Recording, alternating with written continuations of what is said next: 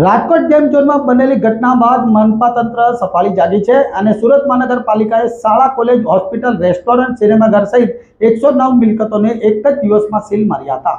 સુરત મહાનગરપાલિકા દ્વારા એક જ દિવસમાં mall, shopping centre, textile market, commercial complex, શાળા, કોલેજ, રેસ્ટોરન્ટ, સિનેમા હોલ અને હોસ્પિટલ જેવી માતબર મિલકતોને સીલ મારવાની કામગીરી કરી હતી।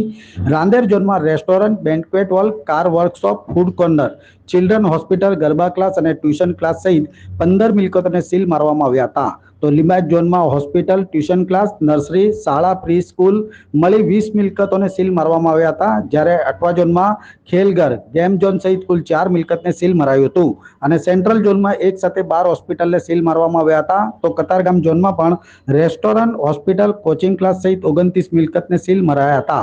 જ્યારે ઉધના બી ઝોનમાં હોસ્પિટલ, કિડ ઝોન્સ, શાળા, ટ્યુશન ક્લાસીસ, સિનેમાઘર અને રેસ્ટોરન્ટ તેમજ સ્પોર્ટ્સ કોમ્પ્લેક્સ સહિત 29 મિલકતોને સીલ કરવામાં આવી હતી અને વરાછા એ ઝોનમાં શાળા, હોસ્પિટલ સહિતની 22 મિલકતોને સીલ કરી ઉધના એ ઝોનમાં શાળાઓ, ટ્યુશન ક્લાસ, હોસ્પિટલ સહિત 29 મિલકતોને સીલ મારવામાં આવ્યા હતા।